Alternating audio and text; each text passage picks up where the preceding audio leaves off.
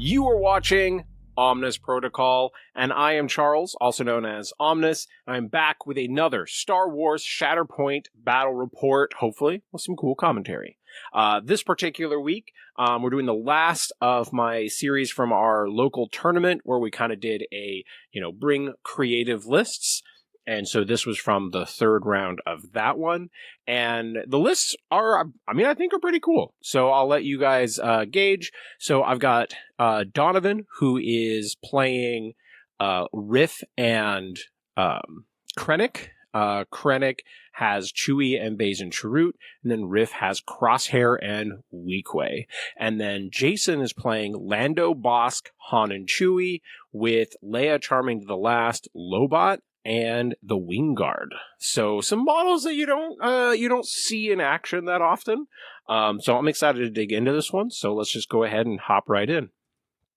So it looks like they are playing on Never Tell Me the Odds. This is I figure I should explain some terrain for at least a moment. So the terrain setup here is that we've got this. I've kind of combined two pieces of terrain so that I can actually put two gantries right next to each other, which is what you kind of see in the middle of the board. We play that as the two gantries are one single piece of gantry for the purposes of, cover and, that sort of thing, and being able to stand across them. All right, so we pulled it. So it looks like, Jason is on the bottom, Donovan is on the top. Donovan has the two active objectives right in front of his deployment, with the middle on the far right of the screen being active. Neither side brought something that can immediately contest those kind of slightly off deployment objectives. Donovan revealed his first card, and it is Shatterpoint. So right now we've got him kind of deliberating. Is this something where he wants to activate with Shatterpoint right away, or is he willing to reserve? This is a 4-force list, so my gut is he kind of just needs to use it.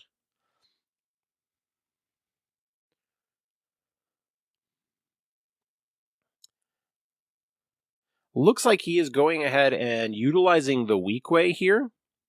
They're not really going to be likely to make an attack, so they're not going to be able to help Riff get further forward, but it does allow him to put a two-body steadfast support on the only midline objective, which is very valuable. So I definitely agree with the play there. Do not reserve Shatterpoint in that particular situation. But overall, I think that is a perfectly solid play. Obviously with his particular list, you would prefer if you could hold the Shatterpoint to later, but I just don't think that was going to happen for him. All right.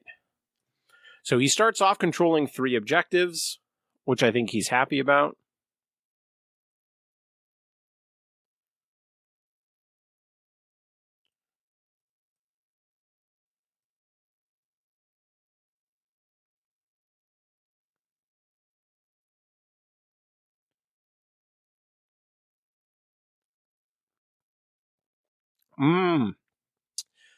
Interesting. So he doesn't take a hunker action. He declares a combat action, but doesn't take any attacks because Riff's ability triggers off of being at the end of a combat action. So pretty cool play there overall. I hadn't really considered that interaction, but I'm not surprised that Donovan would know it, considering how much he loves playing Riff.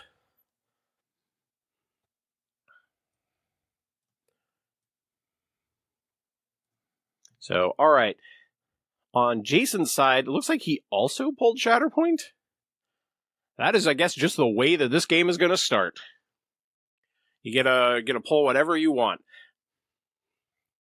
So the question here is, what's his best play for trying to take that objective from him?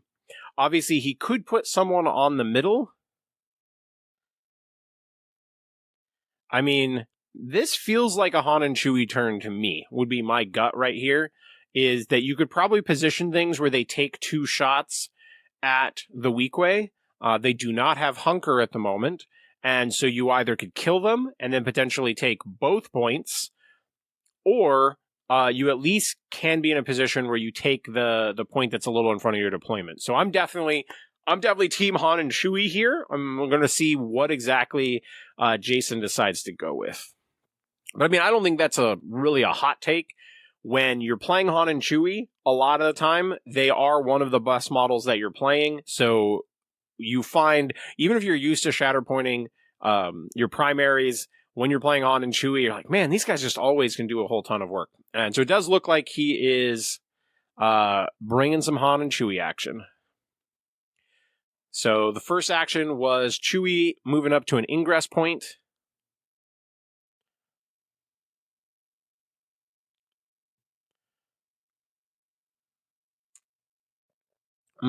Interesting here.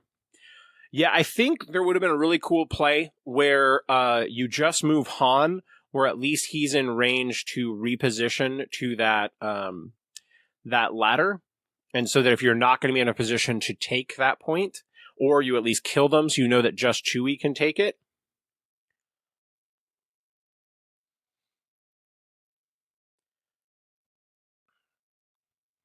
All right, so this was a lookout. He's loose. Chewie moves down.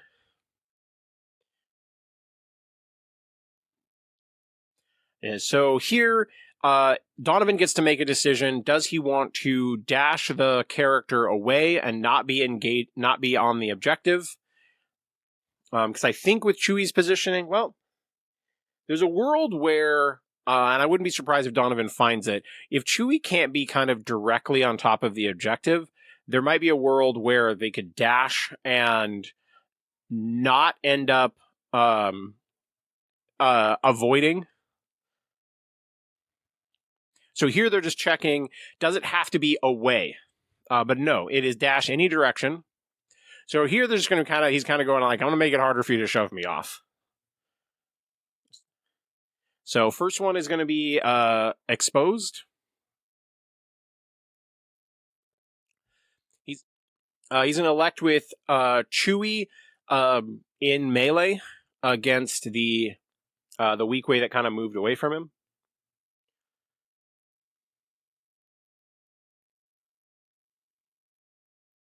All right, looks like 0 blocks. So full tree for Chewie. So this definitely makes me feel like there's a strong possibility that the weak way are just going to get wounded here. So I'm interested to see if Jason sees the position where he could potentially be taking both points. I can't see Han's positioning, but he very well could be positioned so he could reposition and take that point in the kind of the middle of the board. Han's taking a shot now.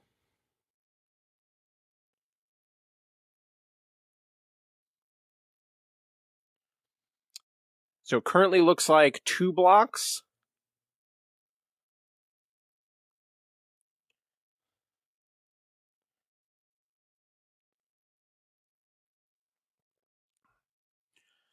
All right, so maybe not getting the wound here now.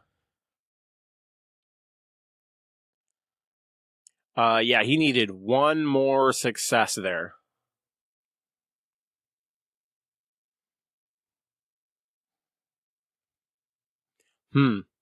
Man, that is super close. Oh man, I think they're definitely, with how strong that first attack hit for, you were almost certainly expecting that the second one would be able to like finish them off.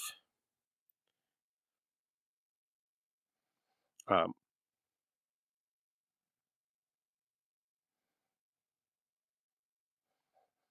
right, I'm just taking a quick look at Han and Chewie's card while we're doing this.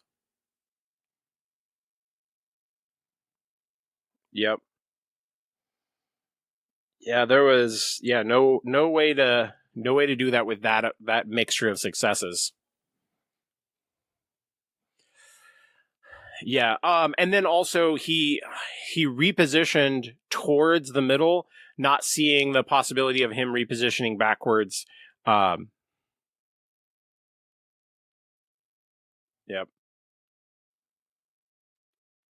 That's just some unlucky dice. Not a whole lot you can do about that. I'm not sure what the exact odds are of getting that wound, but man, you feel like when you're playing Han and Chewie, you'd get it most of the time, but that always ends up being my frustration with them is so often they get that work done, but they're spending 2 force. So he just pulls Chewie, and it looks like dash, hunker, or dash, move to an ingress point, hunker onto that point. Score 4 for Donovan. That's huge. Bosk pull here. Bosk can definitely be a tough activation when you're playing from behind.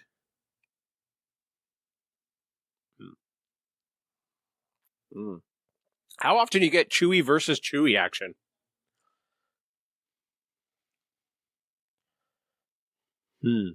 What would be my Bosk play here?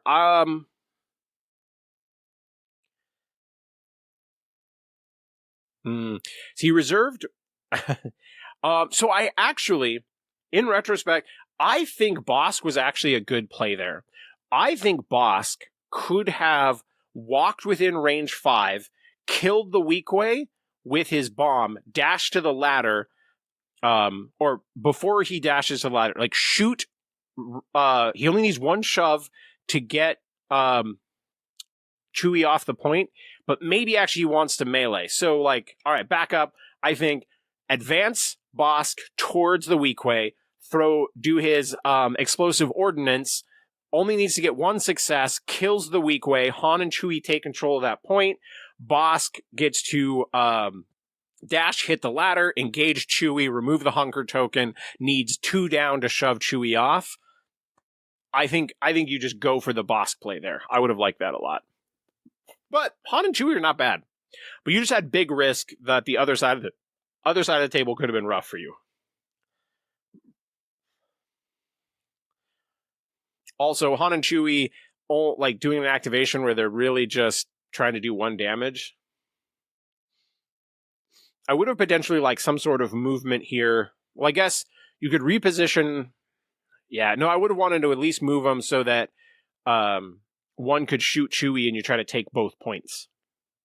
I think this is a case of there's the like direct play right in front of you and you want to like get that job done. That's usually how my brain thinks in like all things in the world. Like I want to finish a task.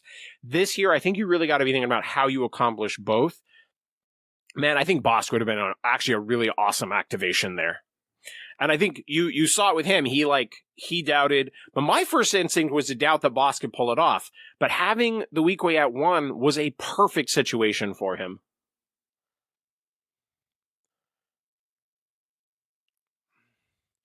Seems like we're stacking status effects.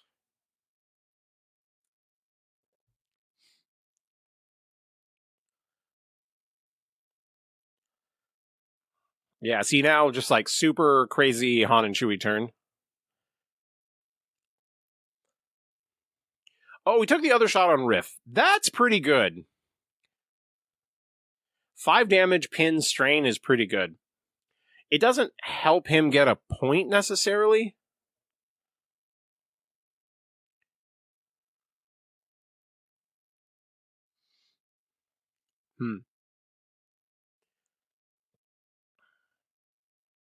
If he could have taken that back point from Riff, that would have been a big deal. So it looks like score 2 and a wound. Yeah, just probably not quite enough for that turn. That's like, you're probably feeling okay about that turn in the moment.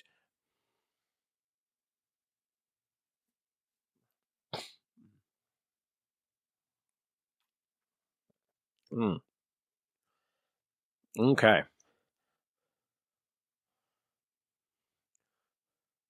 Here we got Donovan had pulled Krennic. He's currently holding the Krennic card in his hand, deciding if he wants to go ahead and activate Krennic. I was currently, I think, teasing Donovan because he always reserves Krennic. I'm like, if Krennic is never the right draw, are you sure you want to play him?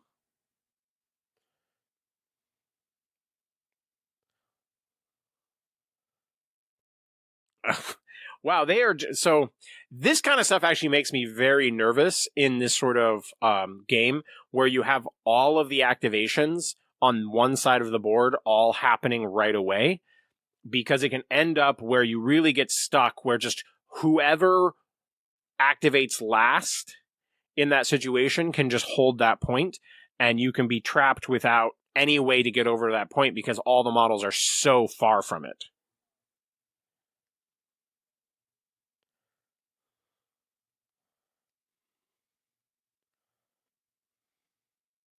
Looks like 3 blocks. So 3 down for Weequays punching Han and Chewie.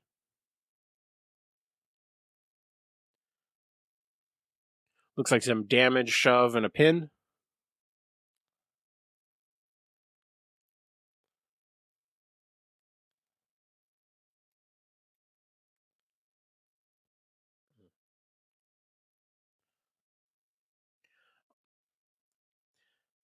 So Weequay just getting, I believe, 8 dice here because they're engaged with both of them.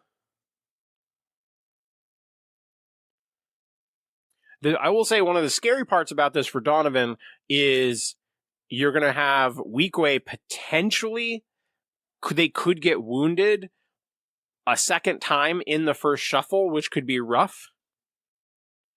And you'd be feeling like in a way better situation right now if Boss could have been able to do it and had shoved Chewie off the point so that Jason would be in like an overall better pot, and then immediately would get to activate Han and Chewie, kill the Weequay again. Oh my god, that would have been such a good spot for Jason.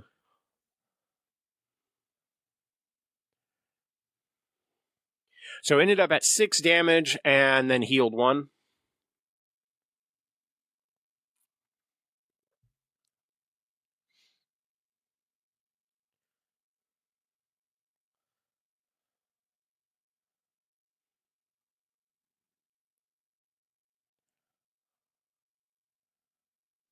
Here, what they're discussing is there was a little bit of issue where Donovan may have attacked in the wrong order. And kind of like it messed with the shove angles and like who got to attack. So, so yeah, it was just a weird timing of having all of the hits on the first one that didn't want to shove the guy out of engagement, and then the other guy only went 1 down. So score 3 for Donovan. Donovan's still in a very solid scoring position here.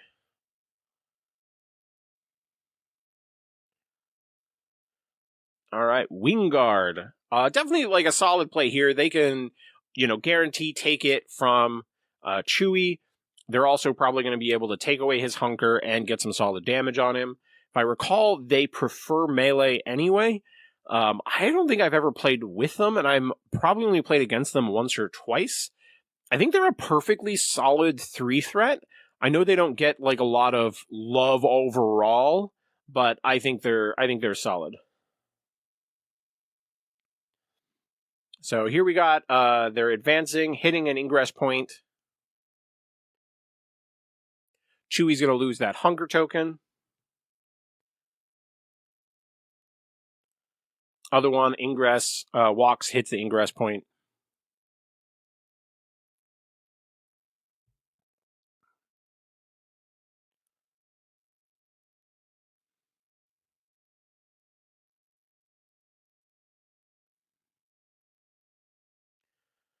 All right, so he is going to elect to save the force, and they're just going to, instead of, I believe they get a focus action out of their movement. Again, it's been a while since I've really looked at their card, but he's just going to make some raw attacks on them.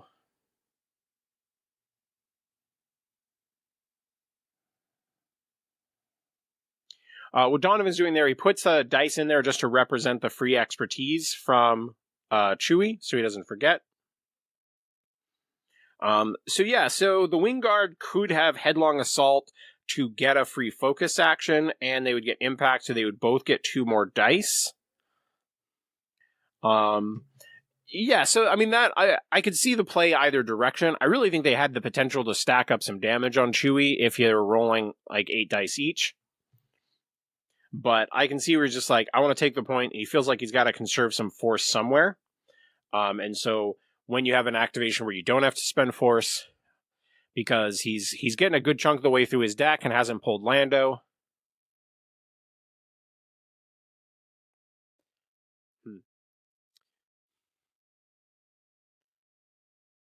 Yeah. Yeah, I could go either way. My gut is the odds are that he probably is going to be okay force-wise. So, but he has elected not to. All right. Chewie has been softened up, and they're both on the point. All right, crosshair time.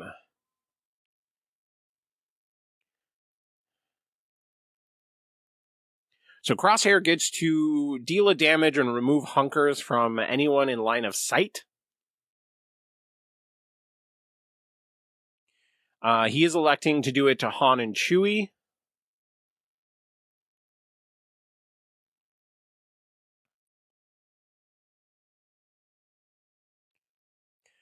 So it is a climb from his his active ability, and then he gets the focus and sharpshooter. So he's gonna roll a whole bunch of dice into them. Looks like one block for them. I would be really surprised if Crosshair can't close this out.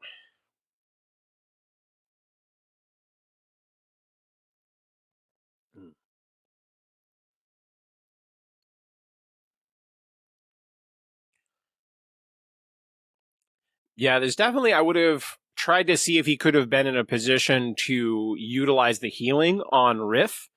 And so I think there would have definitely been a better play there where he either could have climbed and then kind of advanced past Riff.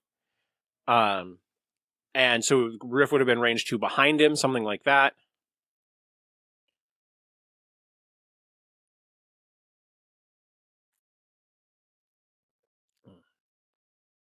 So here's just resolving the rest of the stuff on his tree. He definitely has the wound.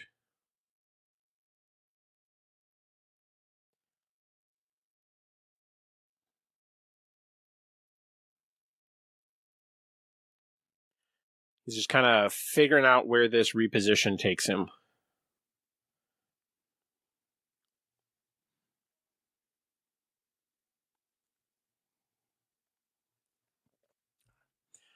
Subtle movement choices define the game. I think it's always really interesting in Shatterpoint how often we find plays that are 1 or 2 millimeters in or 1 or 2 millimeters out.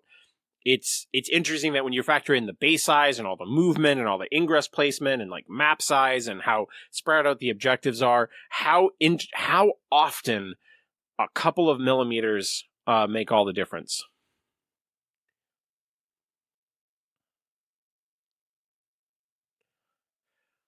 All right, so that was a wound. So he resolved the tree, and then Krennic has an ability that triggers off a secondary getting a wound. Krennic gets to go ahead and move forward first before the revenge attack. Doesn't matter a lot in this case. It can definitely matter, especially in the case of like Luminara's trigger, because a lot of the time her trigger will just heal back whatever Krennic's attack does.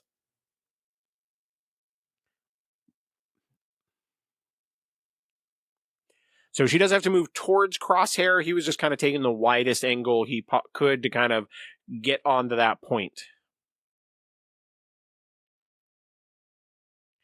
And then Riff is going to use, or Crosshair is going to use his last activation to do a recover action and just heal one, looks like the strain off of Riff.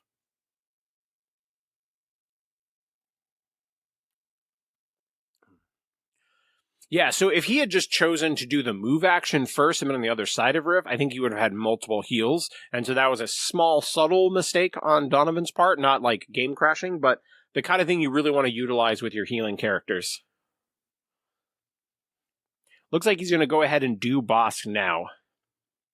And so, not to like harp on Jason here, because I think it was a very easy mistake with Bosk, but we're seeing this like order of activation of like how great it would be if these things were happening in just the different order.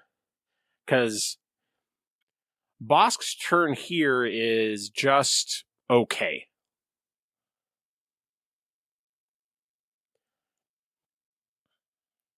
Because now, like, Boss can probably kill Riff, but he's going to have a hard time taking a point. And so when my rule of thumb with Bosk is, like, get him activated when you're, like, fairly confident that he can make a good play. Now, choosing to activate him in the moment based on the current board state, I don't think is unreasonable. Because, like, who is going to have a bigger impact at the moment? Like, is Leia going to get there and hit that back point?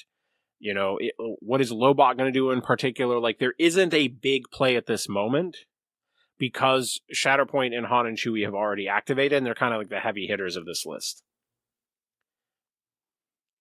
Yeah.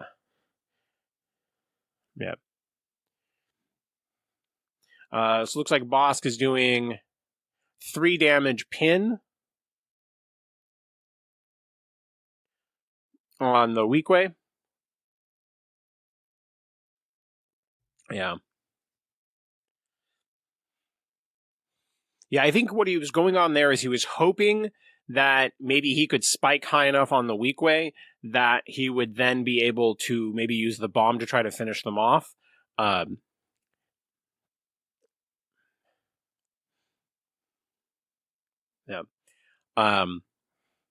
But yeah, in this situation, I definitely would have preferred taking the shot on Riff.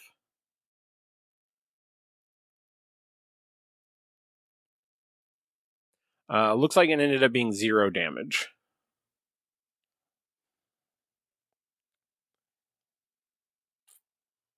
So he has dash backwards to be on a different point. I think he's accepting that this struggle is likely over. Or close to being over.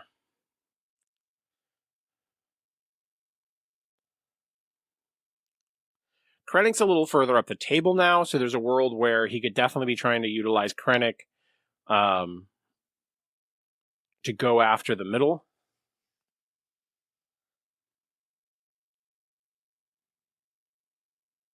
He is going to go ahead and activate Krennic. Krennic is going to walk. Looks like hit an ingress point.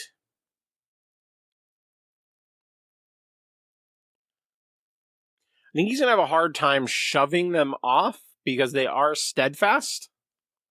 And with, like, just the positioning of each of them in the terrain,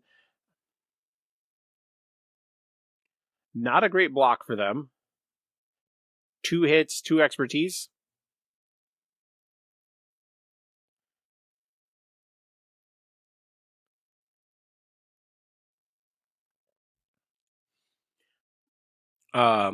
So he's realizing just in the moment he could have challenged the odds with Crosshair and forgot about it.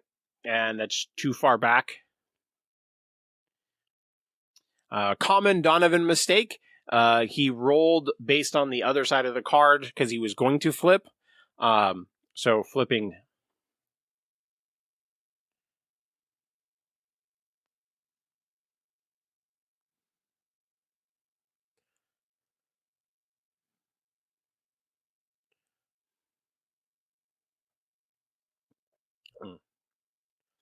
So it looks like he's going 5 down on them.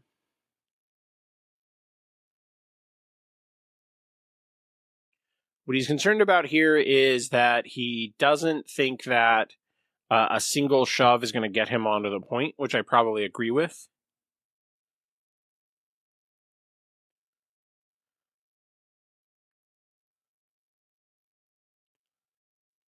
Resolving 1 recover from the tree on Chewie. And then he's in a reposition.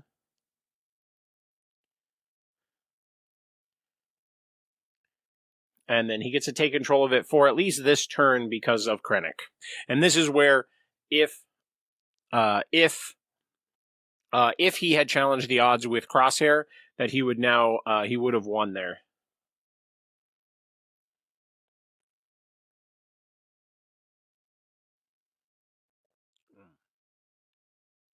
All right, Lobot turn now. We don't get to see that much Lobot in action. I think he's a solid character. It's just really been a question of, like, which lists does he really, like, fit into, and that's the harder answer. I think he might be one of those characters that's going to shine more over time. Like something's going to release at a certain point, and it's just going to be like, oh man, Lobot just fits in perfectly in this.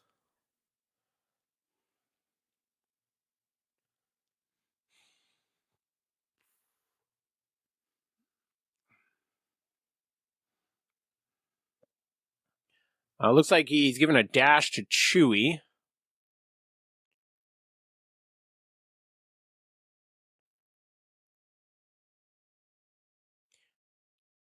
So the detain after the movement, range 3, he gets to give out either pin or disarm. He's going to disarm.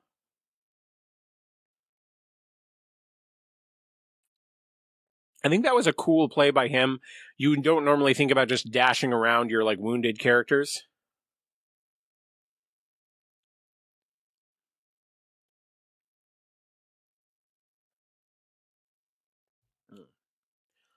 So Jason is going to retake that point because Krennic only got it because of his identity. And so in this case, the Wingguard are alive, so they're going to immediately take it back. But there isn't a whole lot of other things for Lobot to do besides potentially go stand on that point.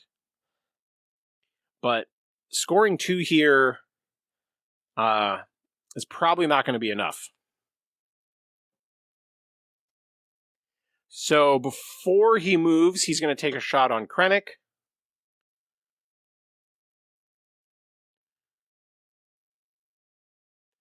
Lighting is a little hard to see the die faces.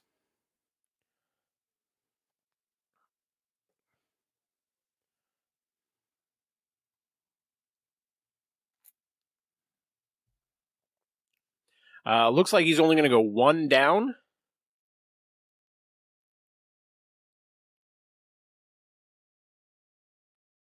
So we're going to resolve a shove on Krennic, and then Lobot is going to follow up just to be a little bit closer. Dice are certainly not helping Jason to get out of this hole.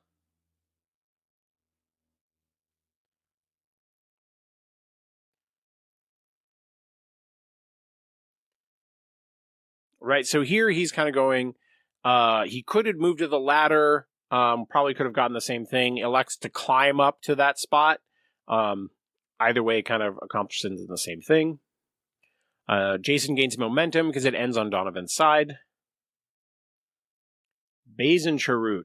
This is obviously not the card that he would want at the moment, because he would want them for the next round. So he's going to go ahead and take reserve and then take Riff here.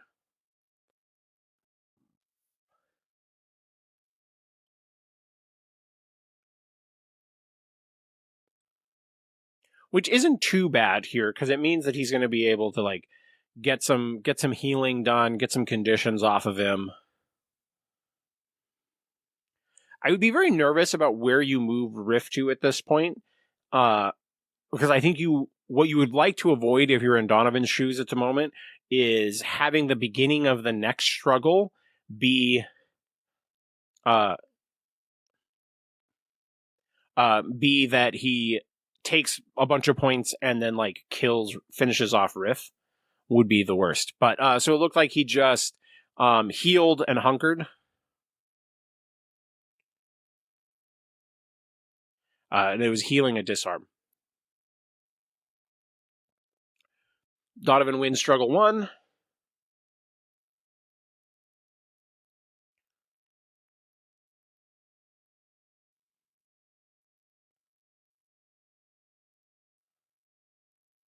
All right. So the weak way point is going to stay active. And then the point with the Wingguard and Lobot is going to stay active. And then there's that point just past the middle towards Donovan that will also be active.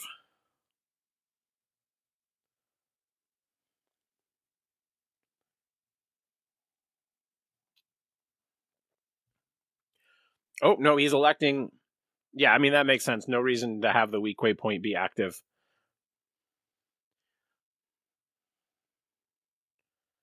Leia here.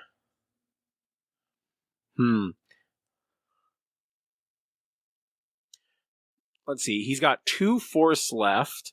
There is a world where he scores 4, because he could payday Bosk to become a rebel, so that Bosk can dash and then maybe dash again. It's hard to see where Bosk is exactly. Oh, no, because he backed up. No, probably not. Bosk might just be a little bit too far away for that play. That would have been cool, though.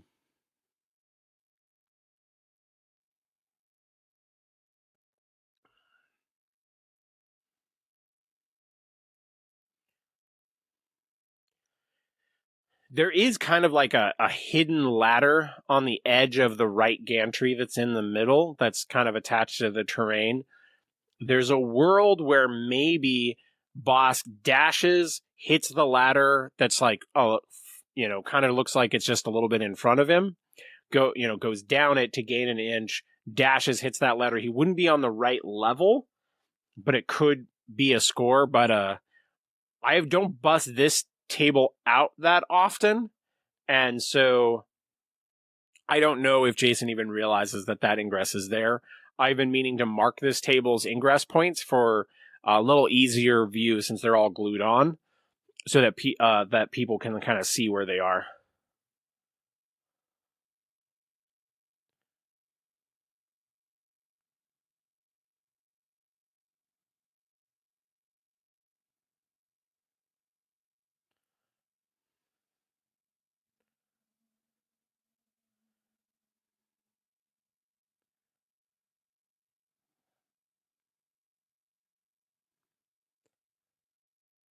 Okay, so she spent a force to dash a Wingard forward. I don't know if he gets close enough to contest that point or not.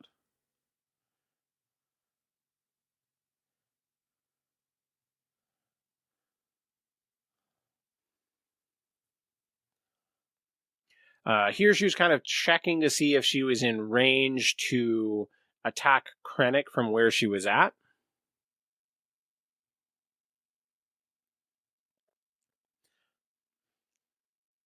Looks like she was. She's going to go ahead and take that shot now. So not going to be a big dice roll because she has not focus, so she doesn't have the focus in sharpshooter. Here they were just checking priority.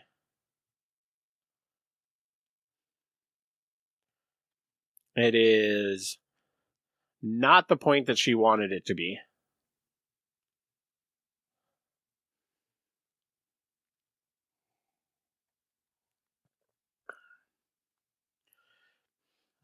Yeah, it's a little tough using her like mover rebel ability here. And they were just confirming that Wingard is not on that point.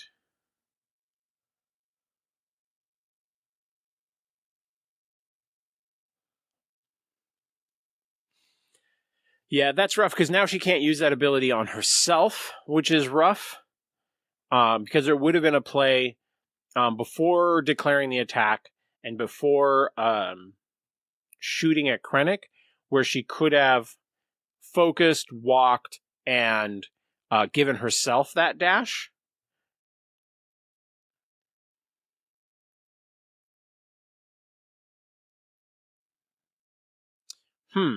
So it sounds like now he's giving the dash there. So now I'm trying to think of how did the initial dash end up being on the Wingard? I think that might have been a mistake. They are Bespin, Scoundrel, or Trooper. Oh, it's Lando. So the opening thing was Lando gives them Rebel so it can dash. Okay, so I totally forgot about Lando's abilities. I don't play him long enough. Okay, so so that all works out because Jason is going to score 4. So got to remember the Lando handing out tags. So if you haven't played Lando before, his ability is at the start of the game, he declares whether he's Galactic Republic or Galactic Empire or Rebel. In this case, he's clearly a Rebel. And so it means whenever a card is revealed out of your order deck, you get to pick someone to be a Rebel. Would have to be a scoundrel, but literally everybody else on the list is a scoundrel.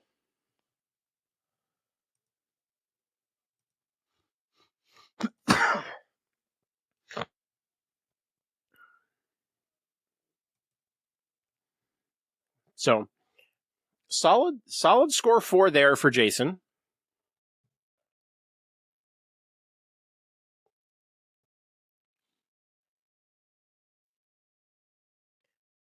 So we know Debase and Chirrut are activating here.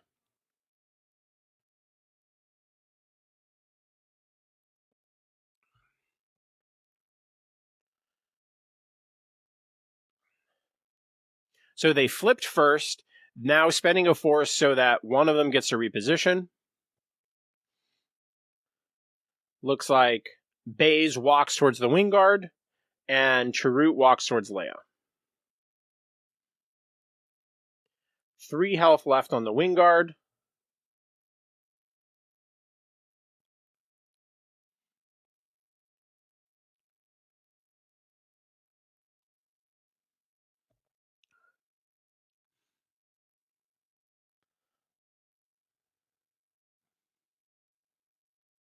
So that is definitely a wounded wing guard.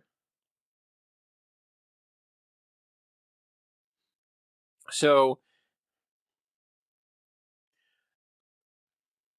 the hard part here is for Leia to do the revenge attack on Baze, she would have to leave engagement with Chirrut.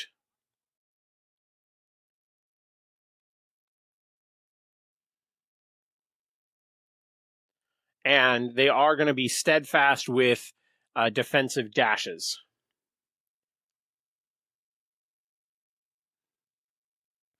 So probably what you're doing in this situation is just get Leia closer to the objective.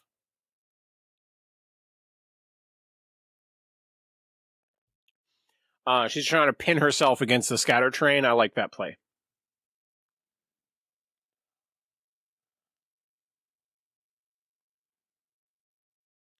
Looks like 1 expertise, 2 blocks, which ends up being 4 blocks.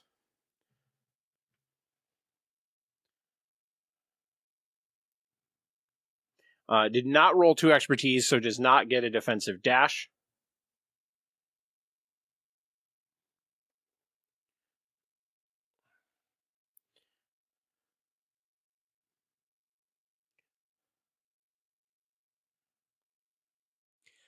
So looks like 4 damage onto her.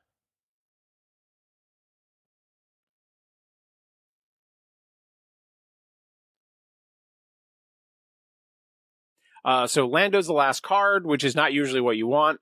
Is going to go ahead and use the Sabacc to have extra force.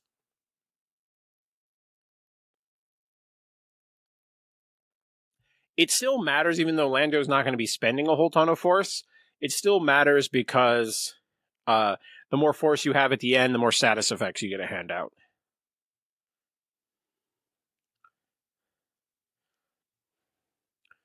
Lando is going to go ahead and dash Bosk, which also gives the condition to Bosk. I don't see which one it was.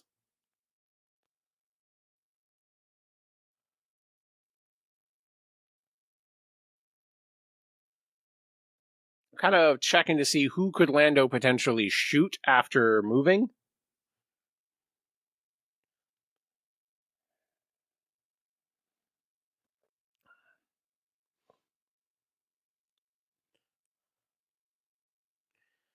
He's not taking the full movement because he wanted to make sure he had LOS to the weak way.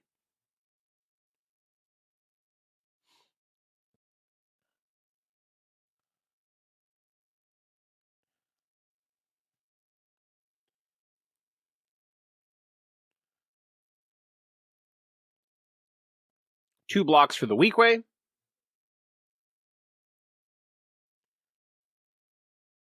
Looks like 2 crits, 2 hits, 2 expertise, 2 fails.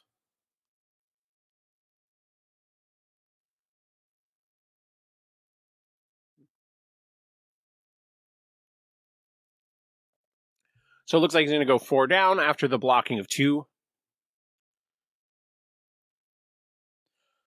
They have 6 health left, so he's just trying to see if it's possible to wound them.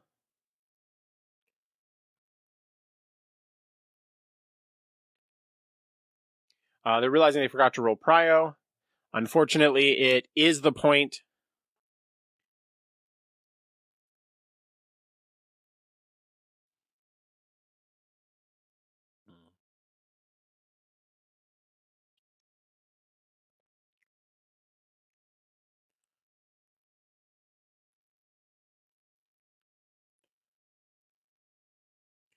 Looks like Weequay are wounded again, so next time they activate, they will leave the table. Jason scores 2, because he does not have the priority point. And now, because he is doing a shuffle and he has 3 force left, he gets to hand out 3 status effects. They have to be on different characters. Or it's a heal. It's going to either heal someone or give a status effect to someone. So he's doing 1 heal on Leia to remove her expose.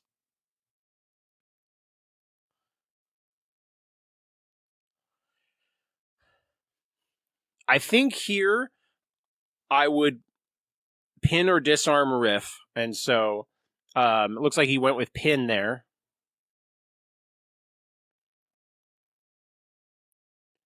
He's electing for strain on Riff. With Riff being at 5, I would definitely prefer pin or disarm there.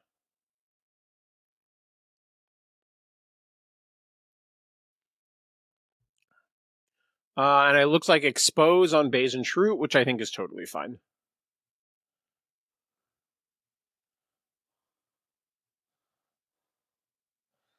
Donovan pulls Krennic. Donovan, I am betting that here Krennic gets reserved. I haven't thought about whether it's a good play or not, but my gut is that Donovan will reserve Krennic because he always does. And he is debating that exact thing right now. I mean, there is certainly a world where Krennic goes and kills Leia. I mean, I guess Krennic here could move, shoot Leia, has to go 5 down to wound her, or just needs 5 damage to wound her, which is not crazy for him. And then he could steal... No, he can't steal that point because of lockdown.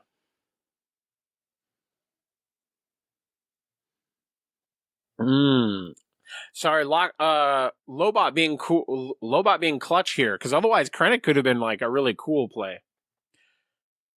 Oh my god, he is activating Krennic when the card comes up. This might be the first time Donovan has ever not reserved Krennic.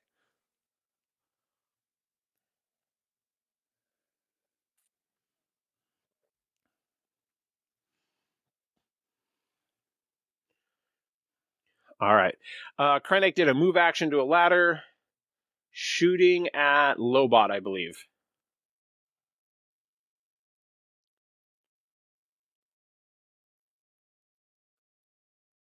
So it looks like 4 blocks plus disarm on Krennic.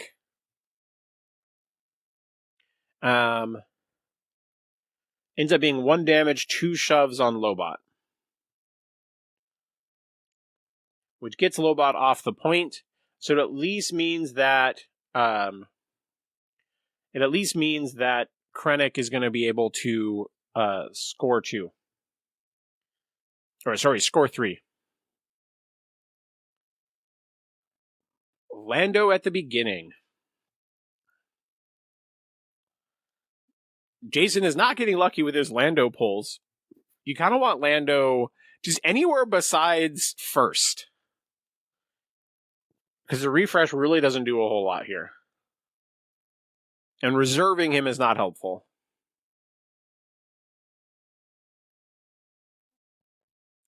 Leia, also not super helpful. Well, I guess it's not bad. She could probably double dash. Yep.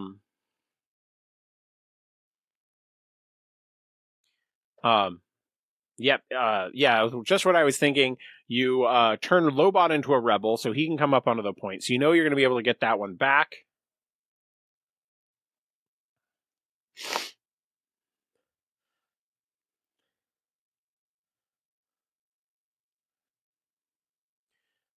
Rolling for Prio now.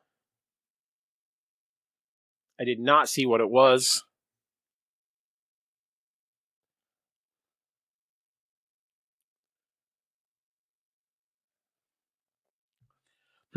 What's the play here? Baze and Chirrut, Donovan definitely likes to keep Baze and Chirrut on their steadfast dash side. So the chance for Leia to get them off of a point. Oh, they are exposed. So that's at least a bit easier, but I don't think one shove is getting him off a point.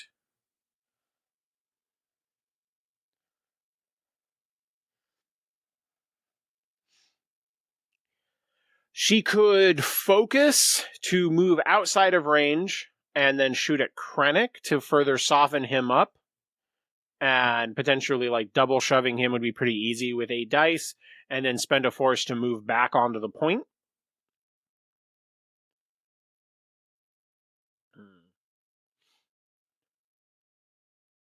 She could, focus, do the same thing, like shoot at Baze, but she's probably only getting 1 shove, so actually like getting him off the point seems unlikely.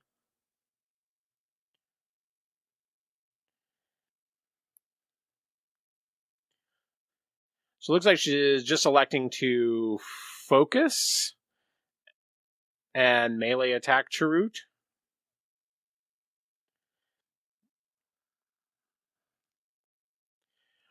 Here, if you're going to attack Chirrut, I definitely would like leaving the range 2 so that you get your extra range dice, and then you just plan to shove yourself back on.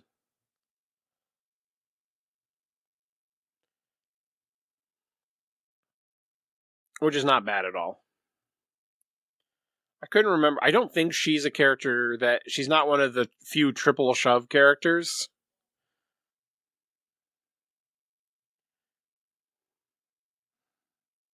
Yeah. She could be shove, expose, and disarm.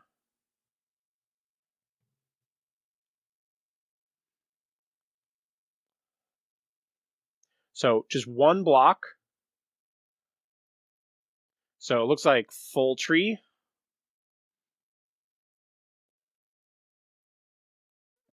Definitely going to have them softened up at the very least.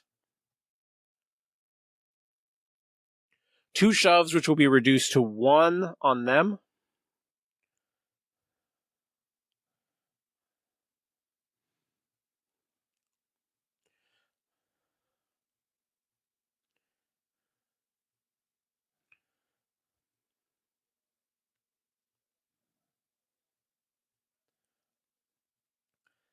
So shove. Technically, she would move herself, get to like potentially shove herself forward twice. But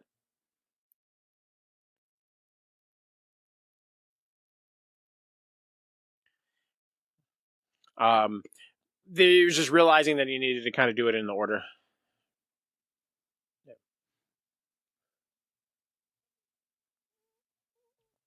Yeah. Now she's going to spend 1 force.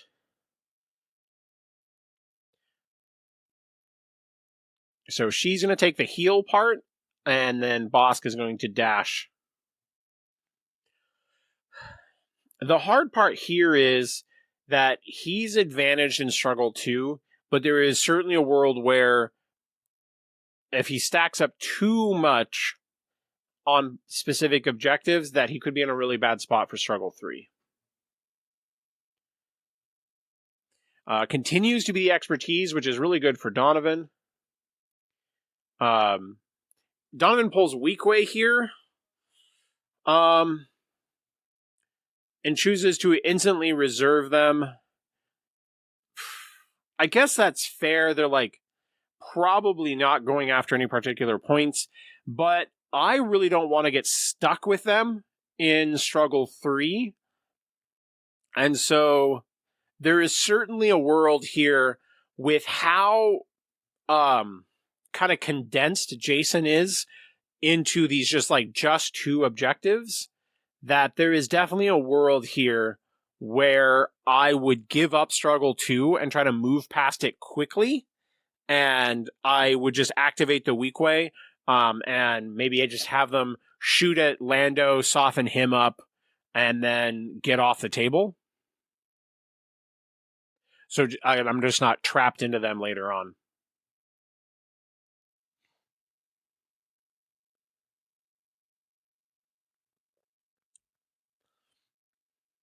But he would really love to save them and activate them after Han and Chewie come back.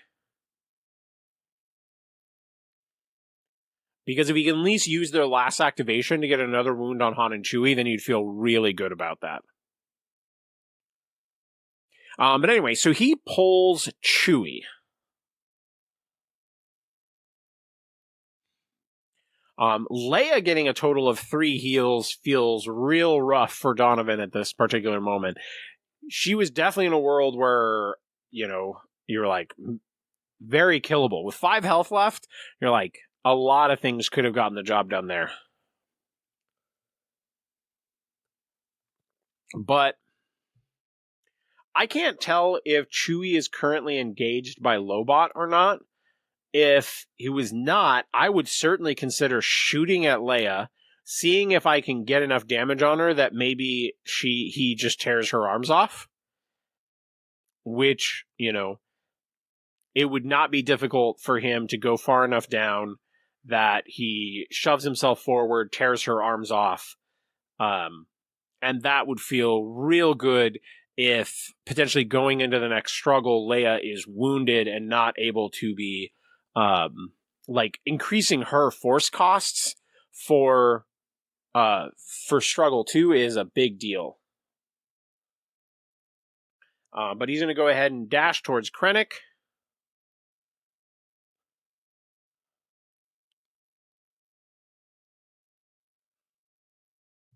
All right, Chewie dashes towards Krennic, gets to do a recover. Now he's going to focus. I didn't hear exactly who he's attacking. My guess... My gut is that it's Lobot. But it might be Bosk. Oh, yeah, it was Bosk. Donovan was talking about how he was channeling all of his rage. And if you know the lore, Trandoshans hunt Wookiees and enslave them. So Wookiee doing everything he can to kill Bosk makes a whole lot of sense.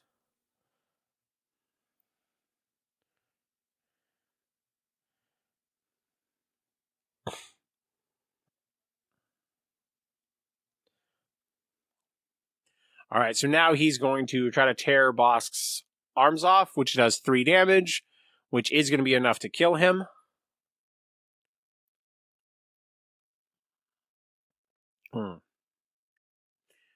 I like that because this also, so not only does he get a kill on Bosk, but then because a secondary got a wound, now Krennic gets to shoot at Lobot.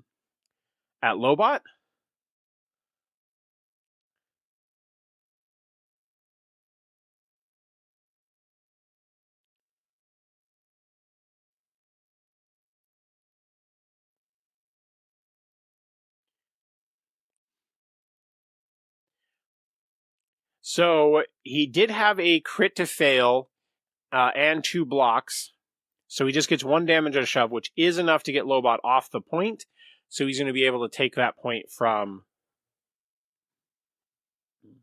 The interesting thing here is delaying, dragging out Struggle 2 can get really good for Riff in the long run.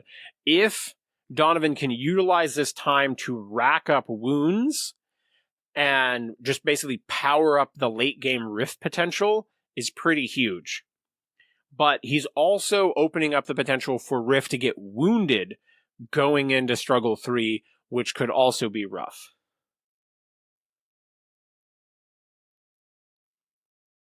But, at this point, Donovan has gained so much momentum that there's certainly a chance that Donovan could win Struggle 2. It is not out of the realm of possibility. I think it would be unlikely still.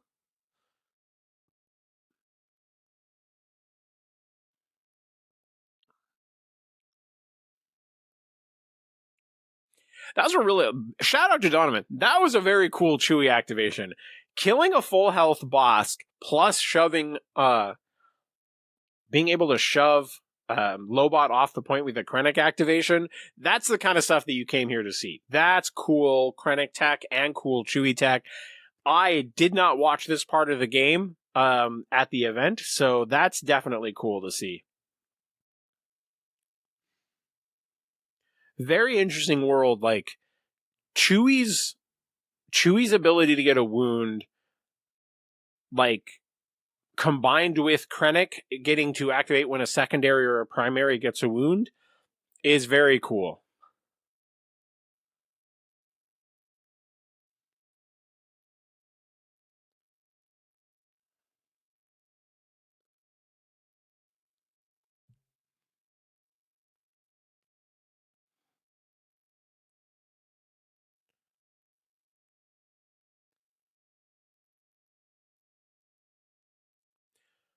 All right, so it is a Wingard turn.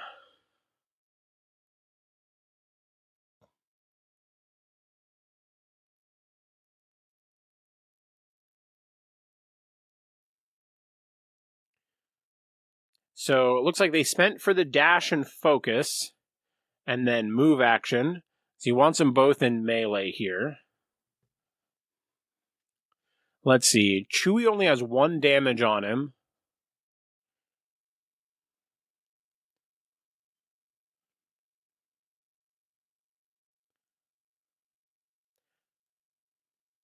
So 8 dice. My suspicion is that's into Krennic.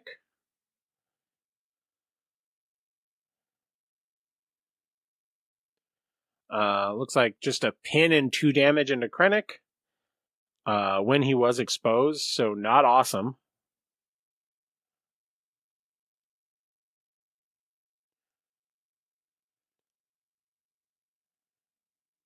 Really not a great Wingard turn here. I think he was definitely hoping for more.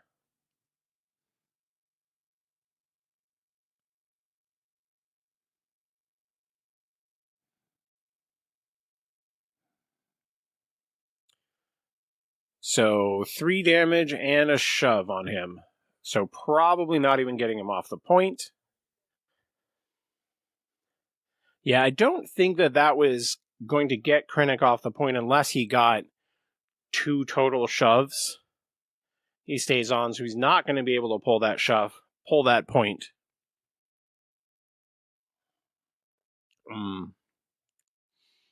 Yeah, it might just be a world where you go after Chewie, because even though Chewie is going to have like some extra expertise, you have a better chance of double shoving Chewie, just because like the defensive expertise aren't crazy.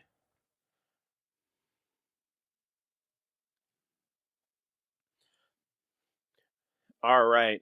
It is a Riff turn here. He's certainly not happy about needing to activate Riff while strained. And there's not a whole ton around Riff. So it's like, where can he go to start racking up wound tokens?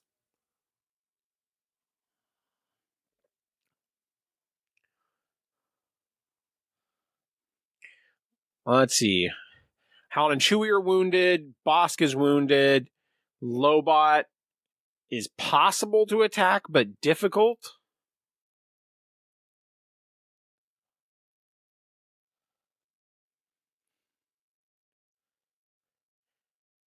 I don't...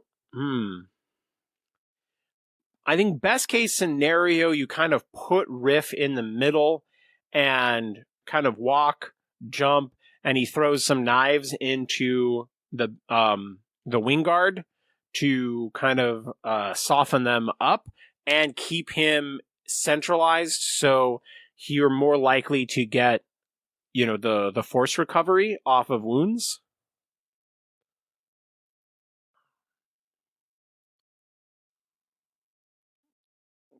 He could also just sort of elect to... I mean, there's a world where he could elect to heal the strain.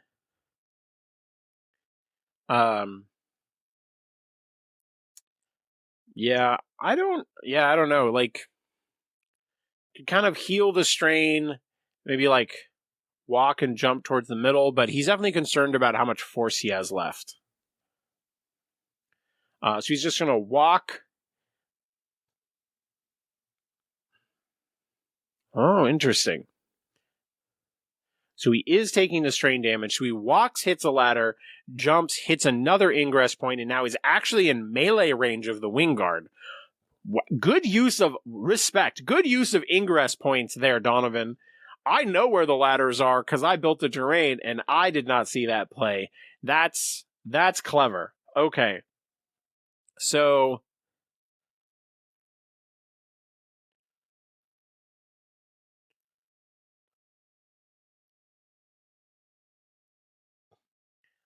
so he was just checking there to see if he ended up being within range of the wounded Bosk.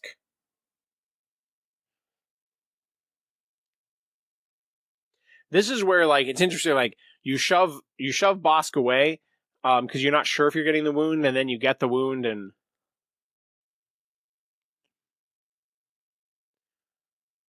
Alright there. Looks like 1 fail, 3 expertise, 2 hits, and a crit.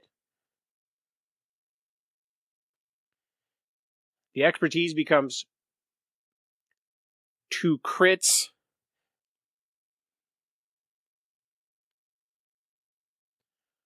Alright, so he just scores 2, but he gets some recovers on Krennic, and gets 6 damage through on the Wingguard.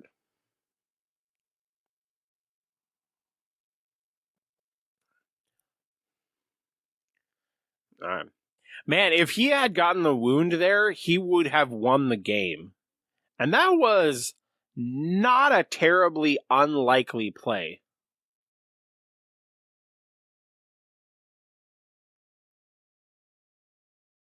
But it's now Shatterpoint for Jason.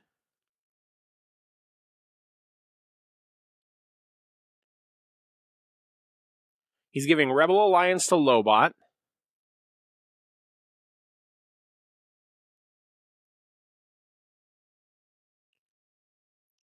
Dashes Lobot back up onto the point. This is Leia's activation with the Shatterpoint.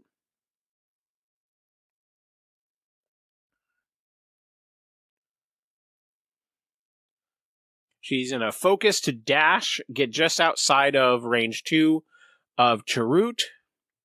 They have 2 health left.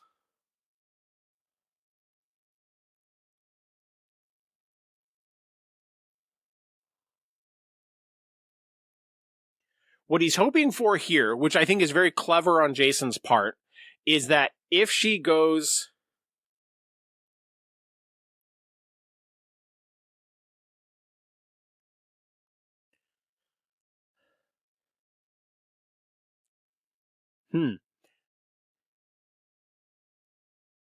Oh, I see what he's doing.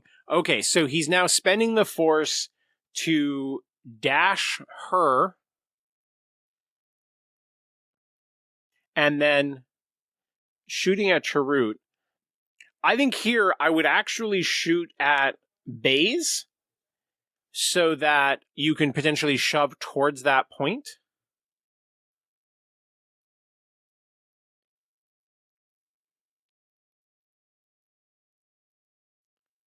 I think the order of activation I don't necessarily agree with.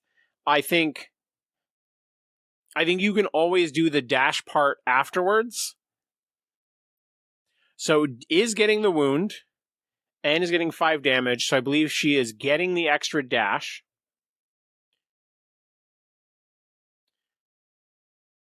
And is hitting a reposition. So he is going to score 4. So big, charming Leia doing amazing shit. Not super surprising to probably anyone who has ever played with or against her. I liked his thought process there, because he doesn't need to keep her on that point to hold it with the wound.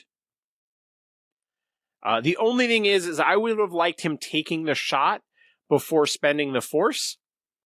Also, I think he could have just dashed away from Chirrut, shot at Baze, and then utilized the shoves plus the movement to potentially get there without having to spend the force. Would have also been possible. Not sure how much that matters, but I think there was some little cleanup of that order of execution, but I think the strategy was great. All right, Crosshair pulls for Donovan. At this point, Donovan, give up this struggle. Just go for a wound is what I'm feeling like at the moment. Or teeing up for wounds in struggle 3. Or, shoot. Oh, man. Know what I like? Shoot, kill the Wingguard, and use his ability so that he can heal up Riff. Since you know Riff is within range 2 of that Wingguard, Crosshair has an ability where he can heal someone else engaged with the target that he's shooting at instead of range 2 of himself. So, man, I would love a kill Wingguard, heal up Riff, and then you also get an attack from Krennic. Yeah, I would love that. Let's see what Donovan goes for here. I think he's in the tank a little bit, which I can respect.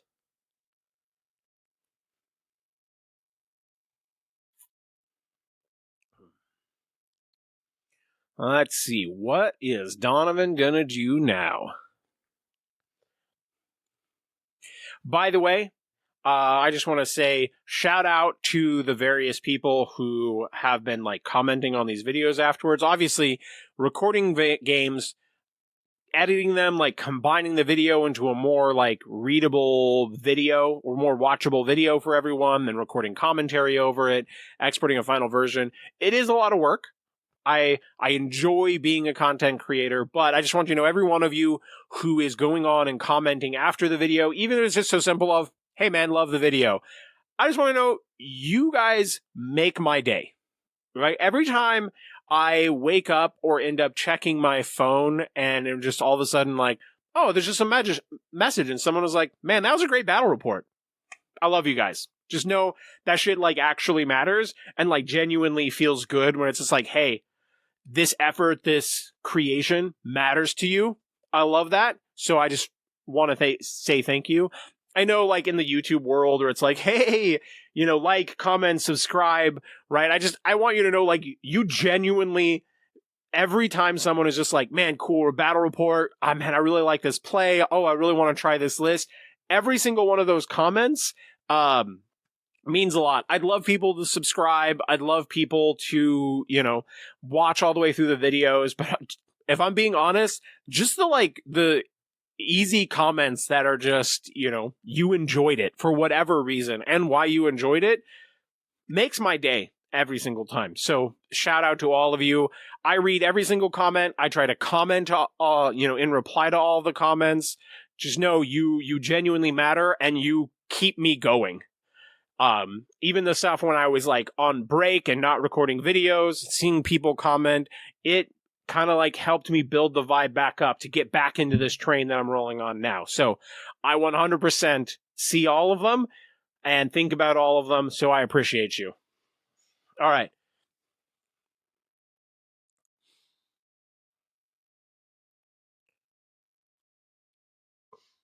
All right. So he goes down, hits the ladder, and then comes up the ladder to gain a little bit more movement. He is going to shoot at...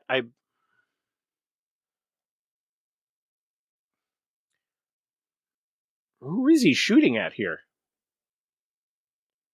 3 damage and pin on Lobot.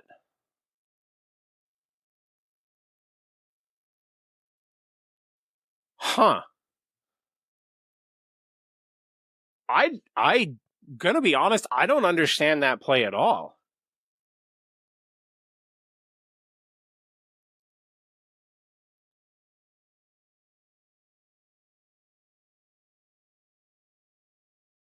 I would have definitely liked to see him kill the wing guard, which gives Krennic a chance to shoot Lobot off the point.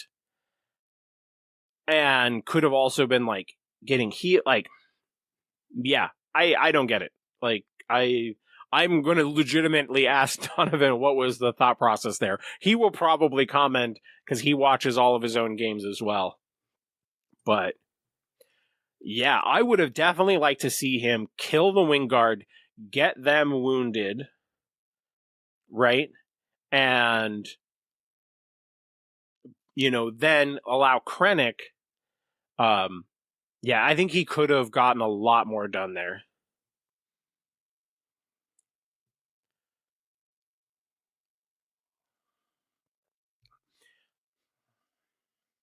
All right. Bosk pulls for Jason. And he elects to reserve him. He drew Lando. He's electing to Sabak shift.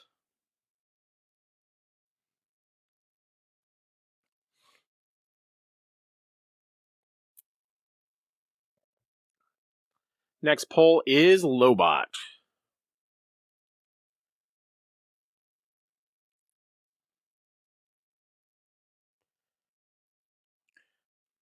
Lobot is getting beat up. The hard part about Struggle 2 dragging on for Jason is that he could easily end up in a position where he's just in an awkward spot for, like, which characters are alive.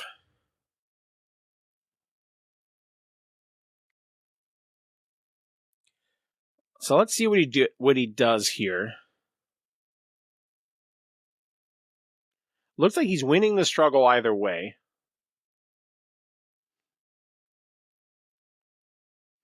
Yeah, with him winning the struggle, I don't understand why not activate Bosk and just have Bosk be on another point, get some damage in on somebody, start the next struggle contesting objectives. Yeah.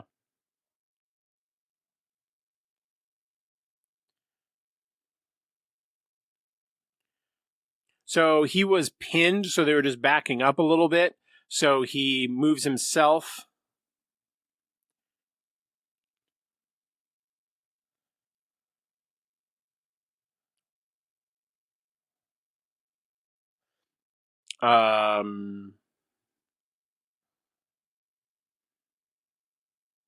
Yeah, I'm not following 100% in this moment.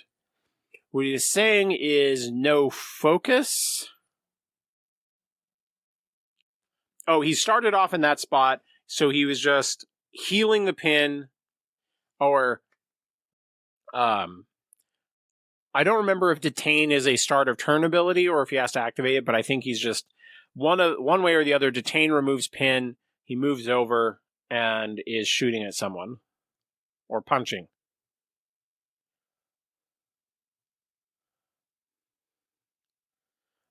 Sounds like he's going 2 down.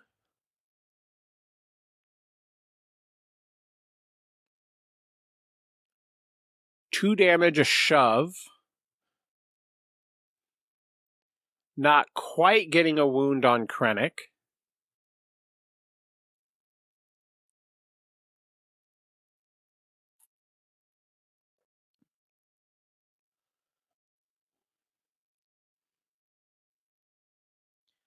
Yeah, I definitely would have liked to see the Bosk activation there, since we knew that it was going to end the struggle. Just have Bosk be on a point. Then, right, if you have Lobot next turn, you get more ability to, like, move Lobot, and Lobot moves someone to a point.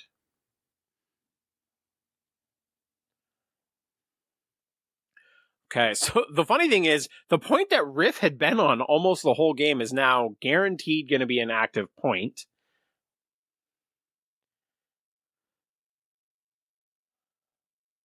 The middle point being active, and now having Crosshair and Riff and Krennic seems good for Donovan.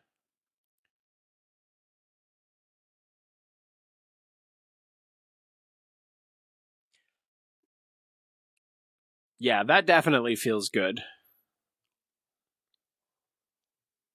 Yep. Oh, He's not going for that one. So he's going to keep the Chewie Wingguard Lobot point?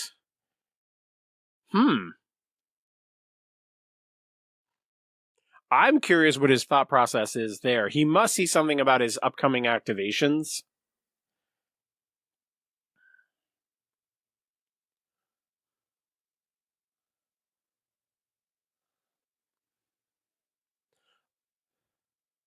All right, now they need to roll for the priority point. It is the block symbol, which is where... Oh, Donovan is just now remembering that the Wingguard are actually alive.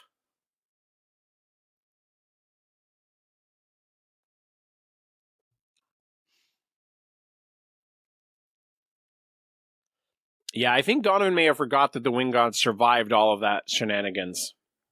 Donovan pulls Shatterpoint. Definitely the flip that you want to start Struggle 3.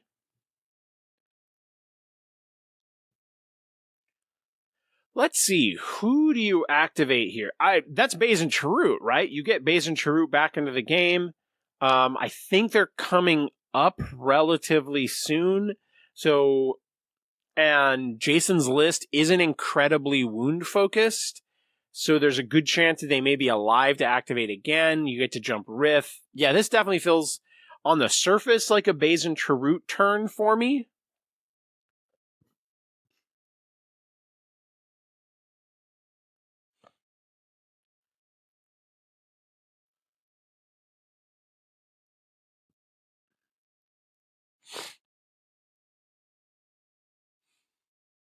Yeah, I think Baze and Chirrut have Baze go to that back corner, or you just...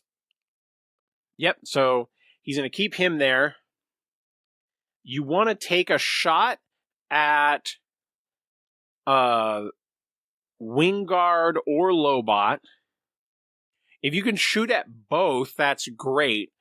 And you could score 4 here and probably get 2 wounds. God, that's so good for Donovan. Man, this is Baze and Chirrut shenanigans.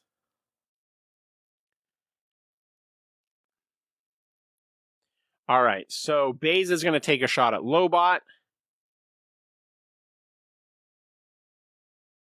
Jesus Christ, Lobot, 5 blocks. 3 damage and a shove, though, from crits, which is going to get the wound. Not going to worry about shoving him. Man, I hate it when the really good blocks roll out and then your opponent has all crits. Is there a worse feeling in Shatterpoint than when you have the super block and you're like, oh, you have a gajillion crits, it doesn't matter.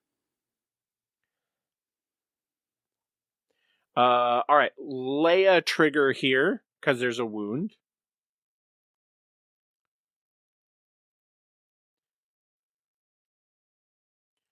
Looks like 3 blocks and a dash for Baze, but 3 crits are going to go through.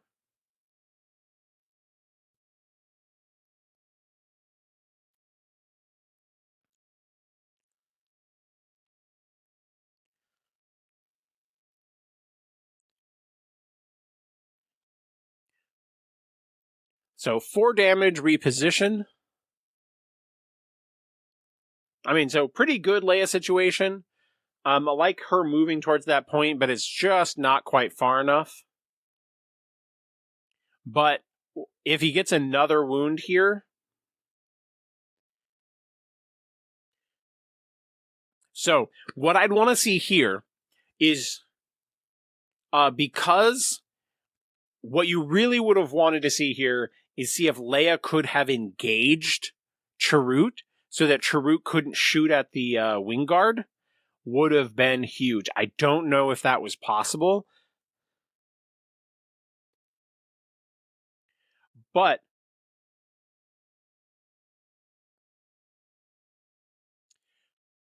okay, Donovan is doing exactly what I wanted here. He is attacking the Wingguard. He would definitely kill them. He's going to elect to go 0 down so that he has just done an attack on them, so that Riff can get the wound, so that Leia has to move towards Riff and not towards Chirrut so she can't get onto the point. This is what I was hoping for in the execution, and nailed it. Not surprised. Such a perfect play. I think I would have liked to see Riff move more away from Leia, just to make sure that there's no angle where she can get on that point over there. So I would have jumped to maybe the other side of Lobot as much as possible. But he probably has a jump on his tree, so we'll see how that like executes at the end.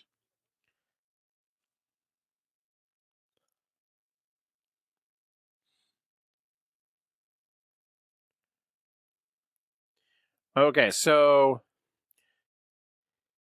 he is in range of like 4. Looks like lots of successes. I think 3 blocks for the Wingguard. Full tree. What I really want to see is Riff just end up further at an angle where Leia is going to have a hard time getting any sort of angle that dashes towards that objective. I am so glad that Donovan saw the same thing that I did, where it was like, go 0 down, just have the attack, let Riff do it. This is something that Separatists in general do a lot, where you can end up where the character who's moving to take the point is not the one that you get a revenge trigger against. Like Grievous does it, where you can have a wounded droid do the last point of damage. But like also in this particular case, now Leia can move and shoot at Riff, not shoot at Bage, and contest that point.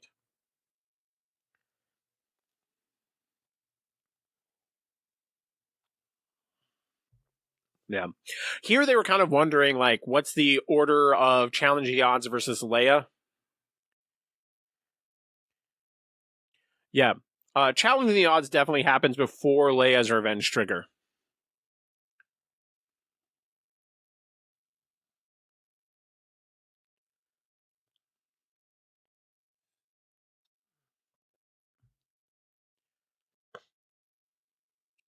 Yeah. All right, so Riff is challenging the odds.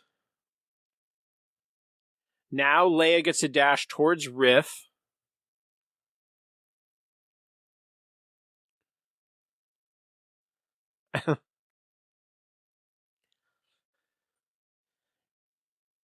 Okay, so is just checking her angle to potentially go towards Riff.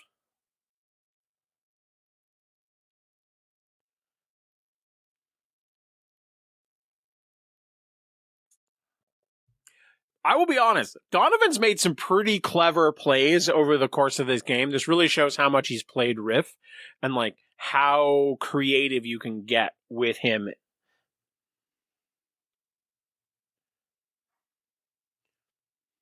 So it looks like Leia's going to go 2 down on Riff, which is going to get a wound here.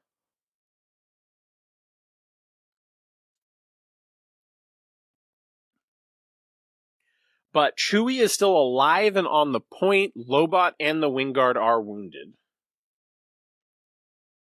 If Leia had gone further down and was able to go hit an ingress point and come up on that point, that could have been big. Now he's spending a force to move over and score. So scores 4 plus 2 wounds. And it was mission critical, so that man, first activation struggle 3, Donovan closes it out. Man, super interesting. I really loved that both of these guys really kind of fully embraced the, like, hey, let's build creative lists. So I strongly encourage you out there, especially if you're a TO or if you just have a good relationship with your TO, and you can suggest, like, in this time where, you know, you've got some people frustrated about certain primaries, like, hey, let's do a list building award as part of our local tournament and like see what creative stuff that people come out with and encourage you to lean that direction and maybe even make that like more value than first place. You know, something like that I think can be really refreshing for a community. And so, get out, do something like that. I think everybody really enjoyed this particular format at our event. And shout out, we got to see some like really cool interactions there. Getting to see how Lando works on camera, like great Riff plays. The funny thing is Donovan loves Crosshair as a character, but wants to play the primary. And so I thought it was cool that he was using the secondary, but I do think he did have some missteps with like utilizing Crosshair to the fullest, but you really saw there that Bayesian Chirrut plus Riff play to end the game was executed perfectly. Like, that is such a cool combination, and I really liked what he did there, so big shout out. But honestly, shout out to both these guys, Jason and Donovan. I really appreciate you allowing me to record the game, talk about your game. There was a lot there to enjoy. Honestly, this of a battle report to like go over, there was a lot of cool plays in this moment. Never Tell Me the Odds makes for some really challenging positioning, and so overall, just a very, very enjoyable experience, and I really hope it's as enjoyable for everyone who's watching this on YouTube. So shout out to everyone in the community, especially everyone who is commenting on the videos, watching the videos, and of course, Jason and Donovan for building cool lists, allowing me to record them. Really cool. So shout out to everybody. And we'll just close things out with the most OP thing that you can do is just play a really cool, unique list and help make the community great. Later, nerds.